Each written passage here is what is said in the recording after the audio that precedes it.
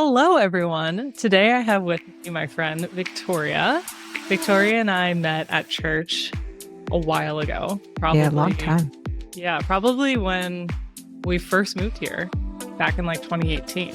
Yeah, Because we've both been going for that long. yeah, definitely. I started going in 2016. So, yeah, it was probably right around the time that you started coming that we met. As soon as I met Victoria, I could just tell that she was a dedicated servant to God and very much the average priest that I want to share with you guys and would like to be more like in my life. I've always seen her be joyfully faithful. I know it's weird to hear me talk about you, but I genuinely feel this way about you. Like I've always seen you just committed to the Lord through constant community. Like I know you host people all the time and you show up to the worship events and to the Bible studies because I see a longing in you to just go deeper with God. And it's very grounded in truth. And I've seen you be faithful through really deep stuff. I'm really hoping that today that everybody listening will be encouraged and challenged by Victoria's faith. So I'm so happy to have you here today. I am so honored to be here. Yeah, I think it's really fun to be able to sit down with friends and people that you've done some life with and just talk about God. What a gift and a blessing. I always say it's incredible that God wants us on this journey with him. So I'm glad to do that with you right now. Yeah, that is true. Talking about God is the best. It literally is. So I just want to give you some quick shots to get some history of your testimony of your time with Jesus. So would you say that you grew up in a religious or a faith household? Yeah, definitely. My parents were divorced when I was super young. My mom has a Protestant faith and my dad has a Catholic faith. And no matter where I was on a weekend, I was in church, whether it was mass or a very different situation than mass. My uncle was an Assemblies of God pastor. So we actually would drive over an hour to Norwalk to go to church most weekends. Anyway, yes, I grew up in church all the time. We weren't like that family that was like, whenever the doors were open, we were there. There was like too many of us kids for that to be the case, but we were there consistently all the time. So I would say absolutely. Which one did you feel like you identified more, the Catholicism or the Protestantism? Yeah, I definitely identified more with Protestantism. I think a lot of it also, if you know me and my mom, a lot of people say all the time, like, we're the same person, we sound the same. We don't exactly look the same, but we're very similar. So I think I always just identified with it. And as I look back in my story, it's really cool to see how God is forming us, right? He formed us in our mother's womb, but he continues to form us like throughout our entire earthly existence too. And so when I look back, it's really formative that I was like, I want to be like my mom. And so I very much took on a lot of that. But I will also say, this is later in my story, it might come up later, but after college, I started attending Catholic Mass. And I actually will say it really got me back into church after a lot of pain and a lot of craziness that had gone on in my life. After my grandfather passed, I wanted to get my grandmother out of the house. And so I was like, you want to go to church? Like, I'll take you. So I started going to mass and I fell in love with the reverence of the Catholic Church. And I actually attend a non-denominational church now as my choice, but I think there's beauty in all of it for sure. But as a kid, I really think the Lord's grace was on me that I got to see both sides then too. Yeah, that is really special. I don't think that you meet many people been steeped in both cultures. And Right. I always went to Protestant churches, but my grandfather was a devoted Catholic and all of his family. I think I only went to Mass though with them a couple times. So I fell into the Protestant trap of not being nice to Catholics or not saying nice things about them without even Yeah. really knowing what exactly they were doing. And It's a real trap. yeah. And maybe it goes on the other side. I don't know if Catholics do the same thing to us. There was a separation in the church, so I could see there Right. still being bitterness between them. I recently have been reading philosophies from the Catholic Church, and specifically contemplative prayer is something that I think Catholics have a much deeper history with than Protestants that I find really interesting. If I'm assuming that most of my audience listening right now is from the Protestant background, and I would say, take a minute to read like what the Yeah. Catholics are talking about, what they're up to. And it's cool that you have that background. Yeah. Yeah. I trust God. I believe God at his core, and there's a lot of tools that he leaves us. So I think we should use all of the ones that feel appropriate to us. Yeah. Yeah, totally. What is the earliest that you can remember Jesus being real to you? Yeah. Bless God. I can't remember a time when he wasn't. So I have always known God, which is such a gift. I remember this is like a short story, but in high school, one of my like youth pastors was like, "Can you share your testimony?" I was like, "Absolutely not. I don't have one. I have no idea what the heck to say." And he was like, "That is such a powerful testimony that you can say, there's not a day of my life that I remember not knowing the Lord." I do remember as a kid raising my hand every Sunday for a solid like year, being like, "I'm so scared of hell," because that was real. If you know me, you can look behind me. I like very bubbly, colorful Disney. I do not like to be scared.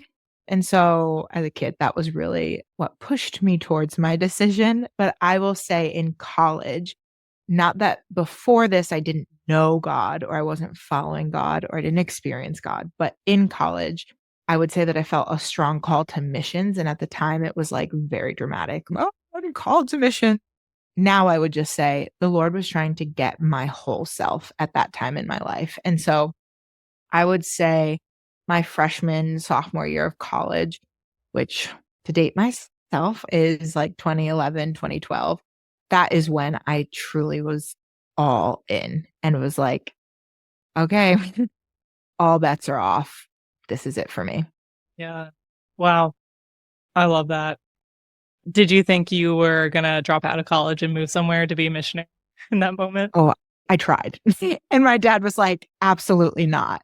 And I was like, can you do that? Can you tell me whatever? And Right. Can you tell I me? God told me. one day my mom was so mad at me. She's like, "You are not going overseas and doing what you want to do," because they were so scared of it. She drove me to my uncle's church in Norwalk and sat me down and was like, "You tell her she needs to obey her mother and father." And my uncle was like, "At this point, she needs to obey God." And my mom was like, "What?" I mean, technically, you were probably 20. Yeah, at that time I was probably a little bit younger, but yeah. So I was like, what have I done? I've made a mistake. I should not be an elementary education major. I should be a global studies. I should be studying the Bible. And again, bless God, my dad was like, no, you've already started this track. You've already gotten to where you are. You need to finish your program. If you decide after your program, because the Fortuna side of my family is very education driven, no ifs, ands, or buts. And so I was in this place where he was helping me with my education and I was like stuck in this thing. And again, bless God that he kept me there. Both my dad and God kept me in school. Yeah. And so I finished. But Yeah. yeah, I remember being that age and thinking that every dedicated Christian had to drop out of college and live overseas, thinking that was really the only committed person. right. And my pastor shared something really interesting. When he was in college, I think he was with the Navigators group. It could have been a different one, but I'm pretty sure it was Navigators. And he wanted right after college to immediately go work for them. But Navigators actually has a rule where if you want to go work with them and do full-time ministry with them, you actually have to have a career outside of it for a couple of years before you join. Because I think that's what every single 21, 22-year-old goes through that loves Jesus. Oh, I'll just make this my whole career. So Yeah. I think there's a lot of wisdom. I'm realizing now. I'm waiting a little. Like I said, at the time, I remember being intoxicated and also sick with this idea that the Lord was calling me to global missions. And now, as a more matured, I definitely have not arrived, but a more mature Christian, I'm like, that was true. I don't disagree with that was what I was being called to because as my story unfolds, that is what I did. But it was just full surrender. It could have been on any soil. And I'm so grateful that it was on a mountaintop in Jamaica, but it could have been anywhere. It just was the Lord saying, give me everything that you have, and I will fill your hands with what I have to fill your hands with. And so I do, yeah, I own a coaching practice called To Be Continued as well. And a lot of the times whenever I'm coaching young women into their God-given calling, I'm consistently saying, what you do right now does not have to be what you do for the next 45 years. I'm living proof of that. It's like the family joke. My resume is the longest one in the family because I just find new jobs because I just love new things. And yeah, I think that you're right. That's very encouraging, though, to hear life doesn't end when you turn 23. Bless God. Bless God. I hope that there are people who are younger who are listening who love God. I hope that there are 19-year-olds who are listening because I was very much there. And I think that is the common experience in this culture, in this age, in this country to just want to go and like physically go. But yes, it's that spiritual. And I'm not saying nobody should be physically going, but that spiritual surrender is always the first step. And sometimes it can be possible to physically go, but not spiritually go. So, absolutely. Yeah, that's not the topic of our conversation, but maybe we should do another episode some other time for sure. Because I'm also preaching to myself. So it sounds, correct me if I'm wrong, was there ever a time in your life, in your teenage years, early 20s, anything where you feel like you strayed from God or you had a crisis of faith and struggled to believe? Yeah. If you were to have me say yes or no, I would say no. I never have had a crisis of faith in terms of this is it. I think I should walk away. I think it would be better for me to walk away. Have I wrestled with my faith? Yeah, my hip is out of socket. Yeah, absolutely. And honestly, it wasn't my early 20s. It wasn't as a kid. It's been the last few years. The last few years have been so challenging. I sometimes explain it as I really felt like I feel like I started off trudging through mud and have ended up like earlobe deep in mud where I have to keep my head like this in order to keep oxygen in my mouth. And so I would not say that I've ever said, maybe I should just give it a try where I don't believe in God. I don't think I actually could do that. I really, at this point, God is way too real to me to be able to pretend that I think I could walk away from it, from faith. I will say a crisis of faith. So it's hard sometimes for me to share this because I never want to share it lightly because it is a very heavy thing. We had a really significant loss in my family. We lost my 11-month-old niece a couple of years ago. And that loss it solidified what I know about God. And it made me say, I'm either going to believe this or I'm going to turn from it. And there was no turning from it. That I would say that span of time, along with a lot of other losses that were not as severely great this side of eternity, it really solidified. If I actually believe God is who he says he is, I've got to just believe it. So yeah, I would say that's my answer to that. Yeah, for sure. I think that death of a loved one is one of those extremely challenging things that we're all going to have to walk through.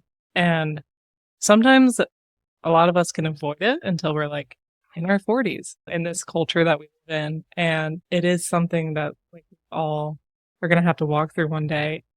But especially to have a baby be taken from you is just it's such a journey that you really can't understand unless you hear it yourself. And to see you here having gone through it and still believing in the Lord is just a testimony to his faithfulness. Sometimes I think about it like the angels are watching your faithfulness and encouraged by it, even if nobody sees how day to day you are continuing to bless God in the grief. The heavenly beings are watching and know about it, even apart from God. Especially God knows about it, but there's a spiritual reality to it as well. So Victoria has recently launched a Substack, and you can find it at victoriafortuna.substack.com, and I'll put the link of it in my show notes. And she's going to be releasing articles that she's written, as well as podcasts, and I'm assuming some other content on there. Yeah. So please go follow that. But it's called To Be Continued. And I really want to hear what your vision was behind that idea and what does it mean? Like that title, where did that come from? Yeah, I would love nothing more than to share on that. So I alluded to it a little bit before, but this has been the fight of my life. I have walked through some really difficult things, relationship loss, family loss for 6+ years to adopt my daughter from Jamaica, which has resulted right now in a failed adoption. All of a ton of things that I would have told you 4, 5 years ago. I am positive I know the outcome from God. And I've grown a lot. Not that I think that was wrong thing to say. I do believe that the Lord did give me those things. But I found myself in the fight of my life saying, all of these things that I really feel like the Lord gave me to contend for, to start, to do, I can't do them until there's some sort of a period on all of this grief and all of this fight and all of this craziness. And I really felt the Lord probably 2 or 3 years ago simply say to me, what if I asked you to write this story and instead of a period, at the end, you can say to be continued? And you share this idea that, like you asked me, Christine, has there ever been a time that you've doubted God? And my true answer is no. And so I really feel like the Lord has asked me, tell people that you are in the fight of your life and you are still believing that there is more to your story, that God is still doing more. He is not finished. If it's not good, it's not done. And that is not only a scriptural promise, but it is something that better be true. Scripture is full of promises that promise us goodness in the land of the living. Like right now, I will see goodness before I die. But also, if it's not good, if it's not exactly like I thought it was going to be written, it's going to be written that way in heaven. And so that's the whole idea behind To Be Continued. There, like you said, there's a lot that branches out from that. My coaching practice is called that. All of the writing I do is under that name and under that idea, just because that is where I'm at. If I wait until there is a period or an exclamation point or whatever it is, really the only full punctuation I can do right now is a question mark, and it doesn't feel good enough. So I'm writing a To Be Continued at the end of all of my stories. So that's what the heartbeat is behind To Be Continued. Wow. That is so beautiful. It's so full of faith to say, I believe that tomorrow God is going to be faithful. Yeah. And something that you said really stuck out to me that I want to ask you about. You said that earlier on in this journey of this adoption process, there was a time where you would have said, I know what the outcome is going to be. And I think I understand that. I think it comes from this idea of, in order to have faith, we have to assume a particular outcome. And you said you've grown in your faith through that, but I've been in that experience before too, where I've really been praying for something, really been contending for something, and have said, I need to only ever say it's going to happen or I don't have enough faith. And I just want to hear what your thoughts have been around that, where right now the government has said it's a failed adoption, and what it means to have faith for something that God really did put on your heart in the midst of it not having the outcome that you expected. Yeah. I would go so far, Christine, as to say, God asked me to do it.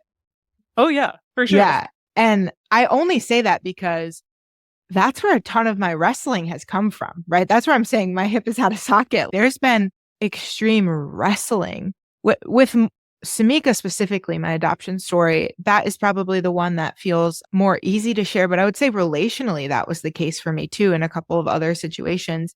Here's what I know. And again, I'm not putting any full punctuation at the end of my sentences or stories. It's all to be continued. So here's what I know right now. I am not the same girl that I was when I point blank felt the Lord ask me to adopt Samika. That has to be the answer. So I was fixed to an outcome. I was fixed to, it's going to be this way.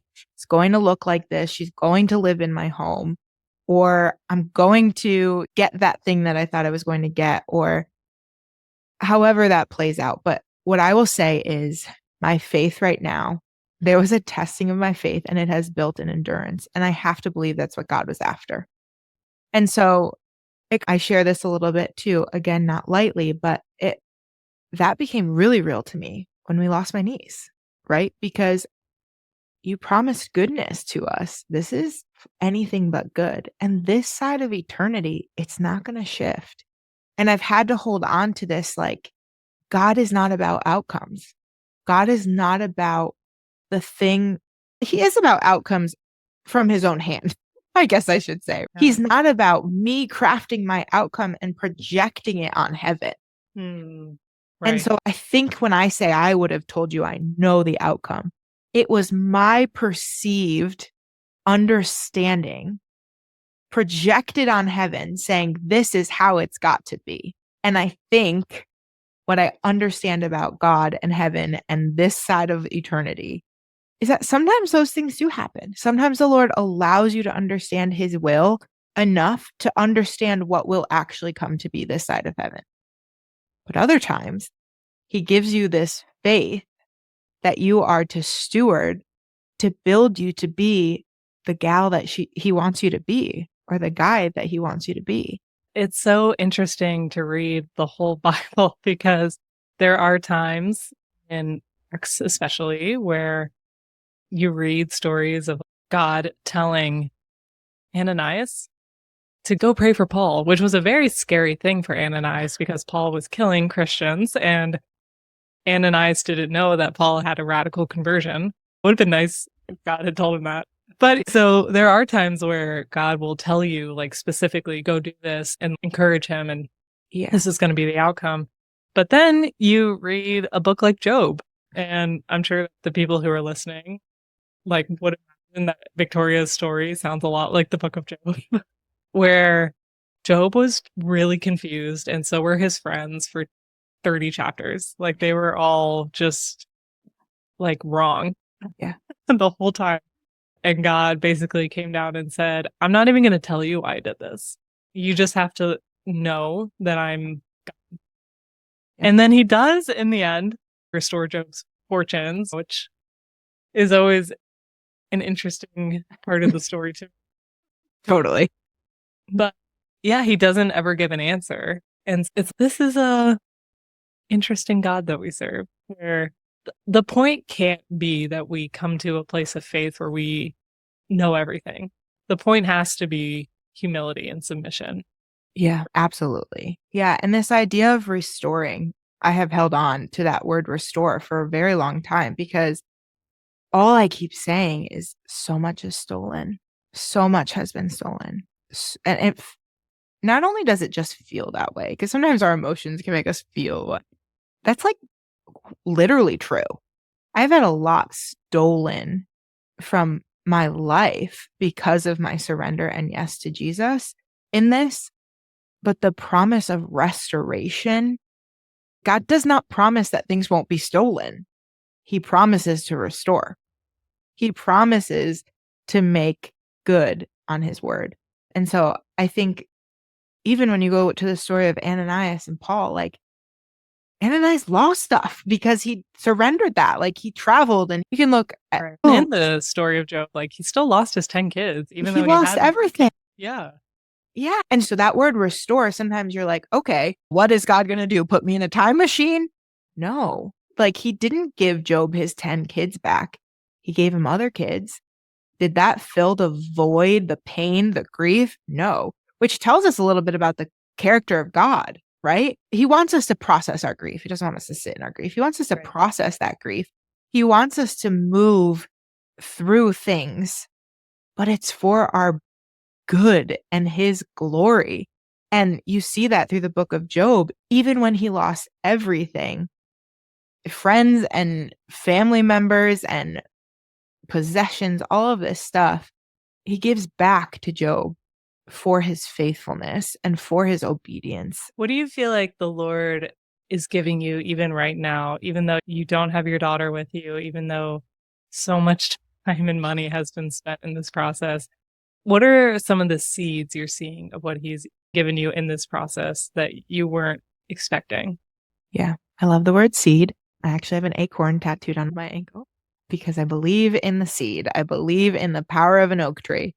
So some of the things that the Lord has really done that I didn't expect was he built my hospitality. I would say my spiritual gifting is like, faith is definitely my highest gifting, but hospitality is very close. And you want to know why my hospitality has been perfected? Because I have an empty house. Right? Oh, yeah. And so you'll hear people say all the time. I had a friend a couple of weeks ago say to me, your hospitality is unreasonable. Somebody said that to me. And it made me laugh. And I didn't think of it until a couple of days ago. It's because my house has been empty for 6 years when I expected it to be full. So what got me through? Please come over for dinner. Please have a I sleepover. need company. I need Yes. someone in that room. Yes. And so the Lord grew my strongest spiritual gift because of a lack in my life.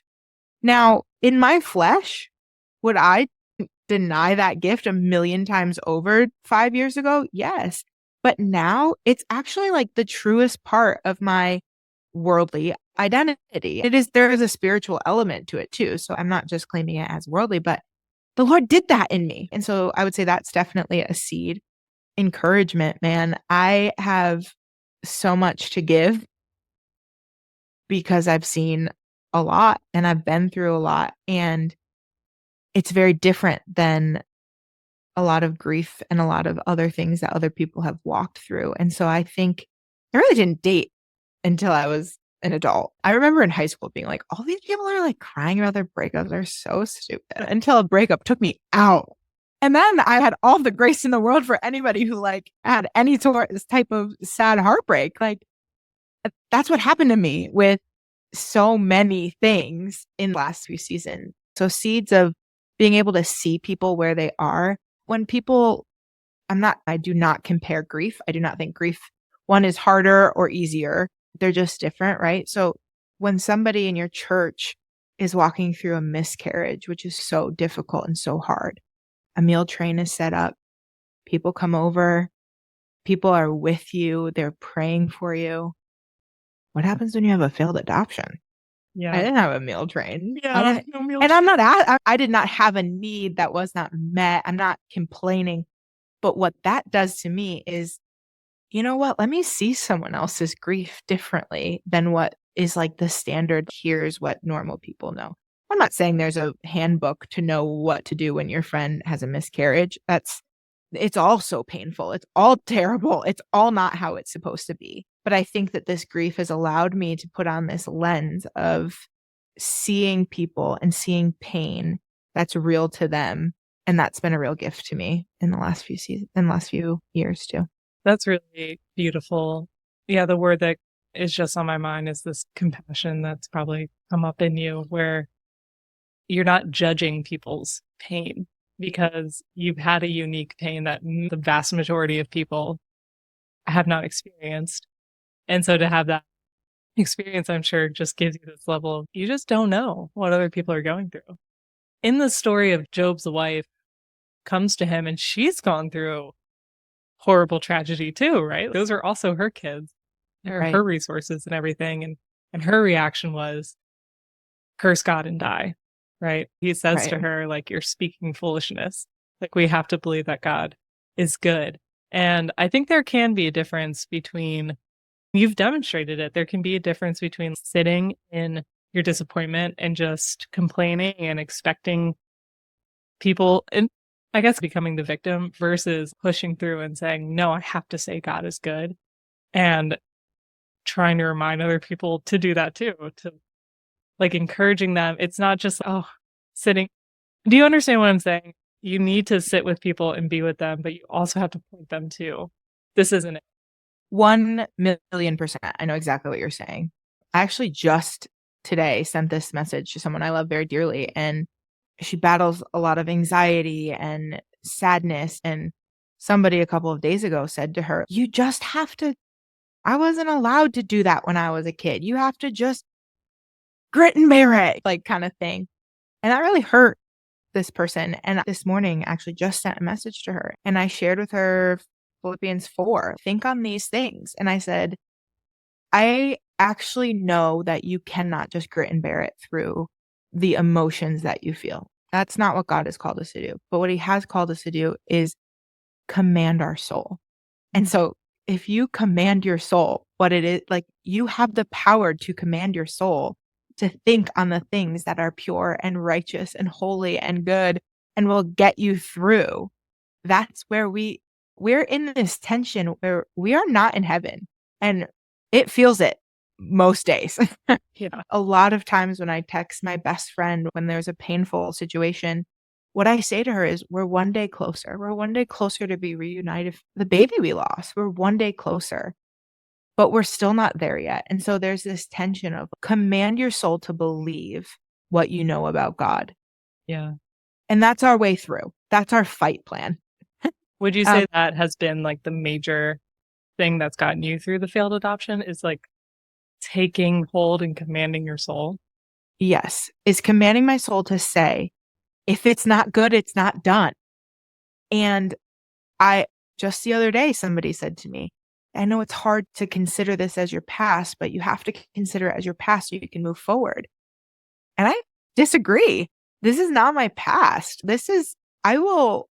I don't know how the story is going to end. Again, it's still to be continued, but I need to walk through it knowing it wasn't like God was like, oh, dang, I went to choir practice too long and I missed that blip in Victoria's life. And now how do I get her back to where she needs to go?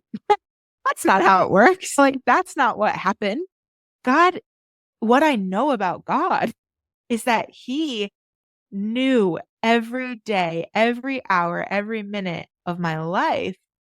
Then I have to trust Him on March 16th at 5 o'clock in the afternoon when I feel like all I want to do is hide under my covers and die. Literally, I've said this before. There are moments when I'm like, if I don't do this, there was never a moment that I wanted to die, but there were moments when I felt like I might, right? There were moments when I felt like I can't do this.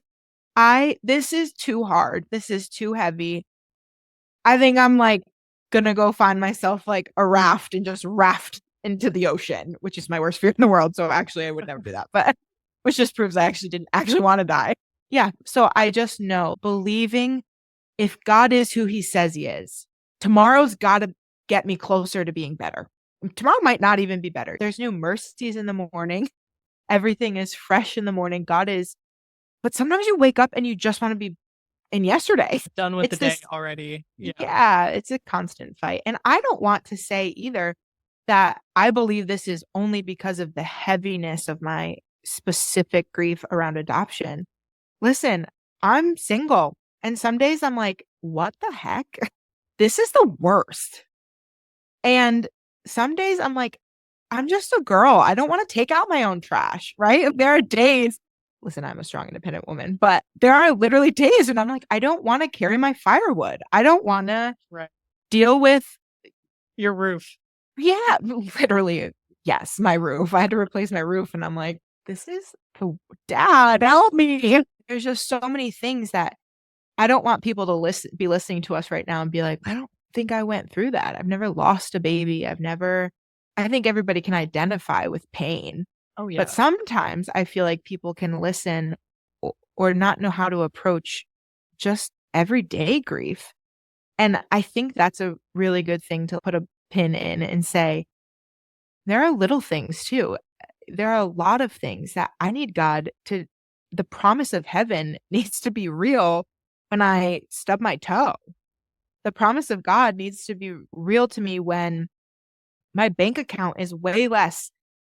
There are so many things that I need to say, Christ in me, the hope of glory. I think we have shifted in our culture to more like recognizing your feelings and honoring them. And we do need to do that. But I think in honoring our feelings, we've elevated them to truth. Yes. And the way you feel is not always reality. It is such a scriptural, biblical way to engage in warfare, to command ourselves to believe things that we do not feel like believing. Yes. And I think that's what renewing our minds is to have a scripture memorized and say, I'm feeling really alone, or like I've lost time, or that there's no good in this situation. But to say, that can't be true, because scripture says that He works all things out for our good and that He's always present. He's always with us. And that he redeems every situation. I think it's a unique power that we have as Christians because we have the objective truth written out for us. Like, we don't have to question what the truth is. And the truth is, this is something I tell myself all the time. The gospel is always better than I expect. Yeah. Like, it's always a good story. Like, the good news is Jesus. And then the good news gets applied to every situation. Like you're saying, those daily things, those daily annoyances or frustrations or whatever. Like, maybe I don't feel connected in my marriage. There's good news in that Jesus is going to redeem it. And there may not be a specific moment where on earth he redeems everything, but I just truly believe in heaven he's going to show us how he worked it all out in ways that we'll just never be able to understand until we get there. Yeah. One thing I wish I had known as a kid, I told you I've known Jesus my whole life. And I always, as a kid, felt guilt over not being able to pray right or not being able to. We have all these ideas of what we're supposed to do and how we're supposed to do it.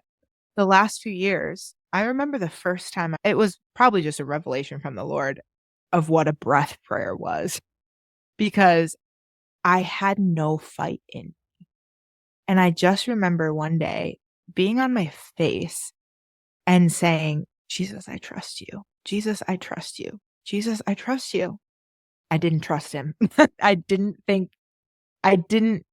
That was something I was trying to hold on to. And then over the next 5 years, it is still, I actually say this sometimes. I want to see the ticker when I get to heaven, because starting in I started saying, Jesus, I trust you, probably 74 times a day. And I don't even know, that might be less than what it is. But I just started to understand I don't need to have a roadmap. I don't need to have this completely figured out. God is not expecting me to worship in this way and say this prayer and do this thing so that he then releases what he has. He wants me to be close to him. And so that breath prayer of Jesus, I trust you, that has been the closest thing to my heart. And like I said, there's been so many moments of like, how could I trust you? This is completely different than what I thought it was going to be, or completely different than what I thought you even said to me. But that reminder of Jesus, I trust you. Jesus, I trust you. Jesus, I trust you. Sometimes in worship, if you know me, people will say, I saw your curls bouncing. I am a very expressive worshiper. Sometimes I have no idea what's being sung. I'm just saying, Jesus, I trust you. Jesus, I trust you. Jesus, I trust you. Because I want to trust him. I want this life to be a reflection of me just trusting him. I love that. It's just so encouraging to hear that, because faith is trust, right? And it's trusting in him and just leaning into him. It's just so encouraging to hear that faith can be separate from feeling, because I don't always feel it with God, right? But it can still be just like a practice. Talk about Catholicism. It can just be this ritual that you lean on of, I am going to say this, and just fake it till I make it, right? There's psychology around that of how it actually works. And it's just encouraging to hear that you can still have faith when you don't feel it. And when you feel far from God, you can still be sure that you're having faith in him and honoring him and being obedient to him, even when you feel like he's a million miles away. If you are commanding your soul to trust him, and if you're feeding on the word of God, if you're going to him, then you're doing it. As long as you show up, you're doing it. And I would argue it's sometimes maybe more important in those moments, right? Because sometimes when you're not going through it, you don't have such a dependency. And that's a whole nother conversation. But that's to tie it all back and to be continued, right? That, as you can hear, I don't know. I said at the beginning of this year in January that this was going to be my year. And I didn't mean it in, I knew all of the adoption stuff was already done, or where it is now is where it was in January. I was like, this is my year. Some things were looking really hopeful. And we're not very far into the year. We're far. It's going fast, but it's really not been my year. Nothing has changed. Someone else's. So honestly, I'm looking for whose year it is. I'm hoping he's a single, attractive man who likes to take out the trash. But I haven't figured it out. I have not figured it out. And I don't want that to be the thing that's my story. Because I think if I have figured it out, I wouldn't want to sit on a podcast and be like, okay, ladies and gentlemen, let me tell you about what it means to be an everyday priest. That's not it. That's why you invited me here, is because I have no idea. But what I am doing is I am saying, I trust God. I trust God. And that's what I'm doing with To Be Continued. I'm saying, you have given me gifts. You have given me a job. You have given me a home. You have given me a family. If you know me, I'm obsessed with my family, like literally obsessed with them. And so I'm going to use those things to do the work. And so what I wish I was doing with my 16-year-old daughter, I'm going to do with my 13-year-old niece. And I'm going to believe that God is redeeming the time, that he's restoring what the locusts have stolen. Mm-hmm. I do want to read Joel 2 because it is a verse that I have really been clinging to.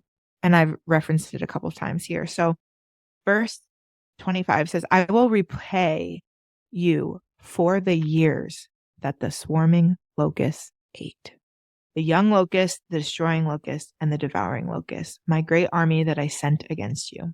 You will have plenty to eat and be satisfied. You will praise the name of the Lord your God, who has won with you. My people will never again be put to shame. You will know that I am present in Israel and that I am the Lord your God, and there is no other. My people will never again be put to shame. He doesn't just promise to give back what the locust stole. He gives promise that people are going to know who he is. And I think I can do that with the people around me. I can do that with my sister. I can do that with my mailman. I can do that with the people around me. I say this a lot too. If I had a magic wand, I think I'd change a lot of things. I know I'd change a lot of things, but I don't. And I'm glad that I don't, because I'm going to keep asking God to do it. I'm going to ask God to keep the magic wand, which I don't believe God has a magic wand, but I'm going to ask God to do the work, and I'm going to keep believing he will restore what the locust has stolen. Yeah. I trust you, God. Well, that's so powerful. And I think so many people are going to be encouraged by it. So yeah, just talk a little bit about what you're hoping other people are going to get out of it and what hoping they're going to learn from it to apply to their own lives to grow in their faith. Yeah. I think the enemy is a liar. And I think that the enemy so easily entraps us in this idea that you have to wait for it to be good before you can speak about it. And so what I hope people take from To Be Continued is that they step into the gritty, that they decide to command their soul to say, I believe God is who he says he is, and I believe he is who he says he is to me. And I'm going to allow my story to change generations. Again, I would change what my story is, but I can't. And so I'm not going to just sit like a pouty little girl with my arms crossed and be like, God, until you do what I tell you to do, that's manipulation. I don't want to manipulate God. And for a while I was, and I'm transparently like, I want that to be something I say. Like for a while, I thought really my faith was really strong, but really I was just trying really hard to manipulate God. And I'm so glad I learned that. And that's what I want people to understand, is that there's no manipulation here. I'm a girl saying, help, help me. And I want people to step into their story, because the only thing that the enemy can take ground with is keeping you silent because you're waiting. You are not stuck. You can move forward. I said this earlier. Every day, it feels like I am in mud up to my earlobes. I'm not saying my neck, because it's beyond my neck at this point. Like my neck was manageable because at least my head could be looking forward. Like my earlobes, it's, oh my gosh, I have to keep my eyes up. And I want people to say, even in that circumstance, you can move your arms, you can move forward. You're not stuck. You might be limited. That I'm agreeing. You might be limited. I think some of this grief has limited me. But what To Be Continued is allowing me to do is say, I'm unlocking the things that the enemy had locked up with Fisher Price keys, like those keys that you give toddlers. It's so laughable. I can break out of here. This is stupid. And that's what I'm doing. Christine, the only thing worse than current circumstances are if they were for nothing. Yeah. The only thing worse would be if I cursed God and died. Yeah. Because there has to be glory for God. And I am obsessed with finding where I can give it to him. And I'm obsessed with looking for areas where it's for my good. That's what I want people to do with To Be Continued. So when I coach people, coach women, that's what I tell them. You don't have to have it all figured out. You just are not allowed to stay where you are. You have to move forward and you have to give God the glory and you have to find where it's for your good. Because if not, we will all die. Yeah. Wow. That is so beautiful. It's so encouraging. It makes me want to go journal and think of all the places where I feel stuck or feel like the time has been lost and just find the verses that say, no, he is still writing the story and just command my soul. Like, and I hope that everyone listening to this goes and does the same thing. So where can people find your coaching services? Yeah, so that is also victoriafortuna.com. So my Substack is victoriafortuna.substack.com, but my actual website is victoriafortuna.com. You can also find me on Instagram at vrfortuna2, and everything's linked there too. Yeah, I hope that people reach out to you because you just always have a word of life. Seriously. Like every time I talk to you, my soul comes alive. So Bless God. whatever you're charging, it's worth it. Probably worth more, honestly. Bless God. Victoria, this has been so fun, so encouraging, and I've really enjoyed talking to you, and I'm so excited to share your story. And I hope this is a catalyst to be continued and a movement of people. The story is to be continued. Yes, I love that. Me too, in Jesus' name. Yeah.